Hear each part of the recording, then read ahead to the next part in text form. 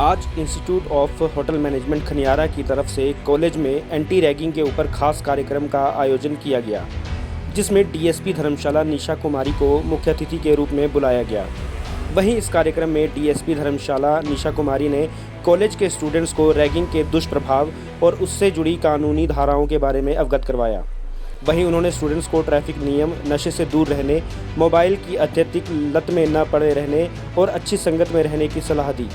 वहीं उन्होंने स्टूडेंट्स को कानून को हाथ में न लेने की हिदायत दी। कॉलेज स्टूडेंट्स को एंटी रैगिंग के बारे में समझाते हुए उन्होंने अमन काचरू रैगिंग मामले जैसे का उदाहरण देते हुए स्टूडेंट्स को रैगिंग से दूर रहने की सलाह दी।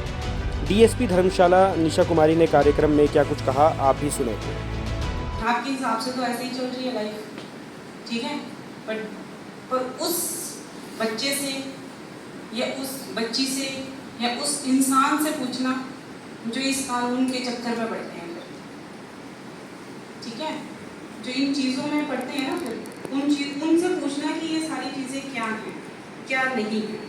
मैम, आज होटल इंस्टीट्यूट ऑफ मैनेजमेंट यहाँ पर आप पहुँचे हैं और एक सेशन आपने अटेंड किया है।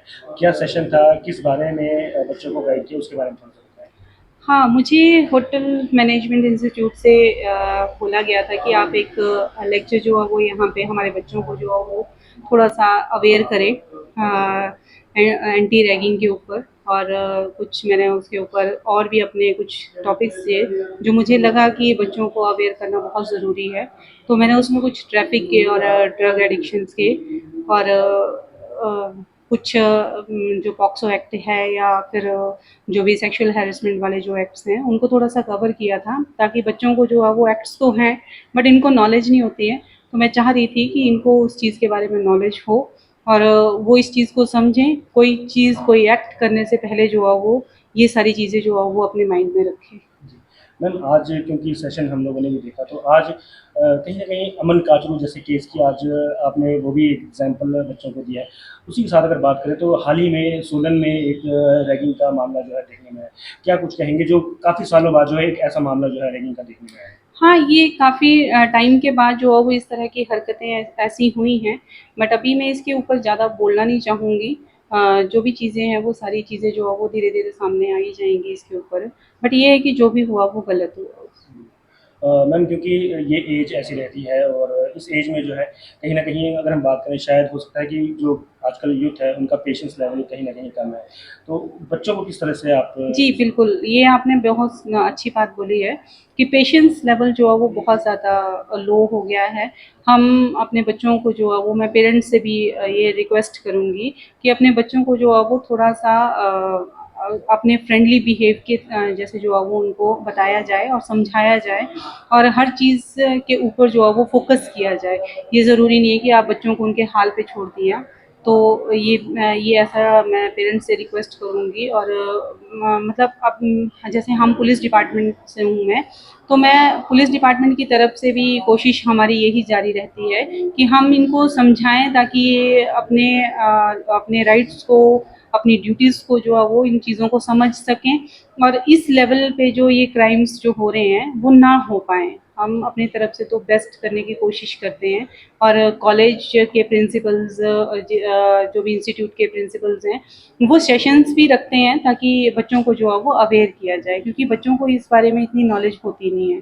तो जितने भी हम जैसे हमारा पुलिस डिपार्टमेंट है तो हम उनको जो है वो कानून के ज़रिए जो है वो ये सारी चीज़ें बताते हैं ताकि उनको इन चीज़ की पता हो कि ये कानून है, अगर हम कोई क्राइम करते हैं तो इस तरह से जो है वो हम कानून के अंदर जो है वो आते हैं। तो कहीं न कहीं सेशन में आपने एक एक अच्छी बात ये कही कि आपका जो फ्रेंड सर्कल है वो कहीं न कहीं आपके फ्यूचर पे डिपेंड करता है। उसके बारे में बताइए? जी, बिल्कुल।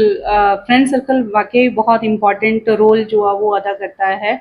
चाहे वो स्टूडेंट है, चाहे वो कोई भी है, मैं ये नहीं बोलूँगी कि सिर्फ़ स्टूडेंट लेवल पे ही ये सारी चीज़ें हैं। चाहे हम हैं तो हमारा भी जो है वो सर्कल जो है वो एक अच्छा होना चाहिए, ताकि हम उस सर्कल में जो है वो एक पॉज़िटिव वे में जो है वो अपना काम कर सकें। अगर आपका फ्रेंड सर्कल अच्छा नहीं है तो वो आपको नेगेटिव चीज़ें ही दिखाएगा और आपका माइंड जो है वो नेगेटिव चीज़ों की तरफ ही जाएगा। तो नेचुरली है कि एक फ्रेंड सर्कल तो अच्छा होना चाहिए। अब इसके साथ साथ आपने जो है, क्योंकि आजकल जो है मोबाइल्स की एडिक्शन और जो दूसरे ड्रग्स की जो एडिक्शन है उसके ऊपर भी लेक्चर आपने दिया है, उसके बारे में जो स्टूडेंट है, जो यूथ है और लोगों को क्या सलाह दी? मैं तो यही सलाह दूंगी कि जितना मोबाइल जो है जितना हमारे लिए बेनिफिशियल है उतना ही हम उसको यूज़ करें, इसका मिसयूज़ ना करें, क्योंकि हर चीज़ को हम यूज़ और मिसयूज़ हर चीज़ के होते हैं, बट कोशिश यही करें कि हम इसका यूज़ ही करें, क्योंकि ये एक ऐसी चीज़ें हैं मोबाइल जो हमारी सीक्रेसी जो है वो हम मैक्सिमम जो है वो हर चीज़ जो है वो हम अपने मोबाइल के ज़रिए आज के टाइम में जो है वो अगर हमारे पास मोबाइल नहीं है तो ऐसा लगता है कि हमारे पास कुछ भी नहीं है। तो हमारी सारी सीक्रेसी जो है वो हमारे मोबाइल में ही होती है, और मैं तो यही सलाह देती हूँ कि इसका जो है वो मतलब जितनी ज़रूरत है सिर्फ उतना ही इस्तेमाल किया जाए, ना ज़रूरत से ज़्यादा इसको इस्तेमाल ना मतलब करें। साथ ही ड्रग एडिक्शन। ड्रग एडिक्शंस का ऐसा है कि मैं आज के डेट में जो है वो हम देख रहे हैं कि बच्चे जो हैं वो बहुत ज़्यादा जो है वो इस तरफ को ज़्यादा जा रहे हैं, तो हम कोशिश कर रहे हैं कि हमारा जो यूथ है, हमारे जो भविष्य में यही बच्चे जो है वो हमारा भविष्य हैं, तो हम चाहेंगे कि अपने भविष्य को बचा के रखें। Thank you.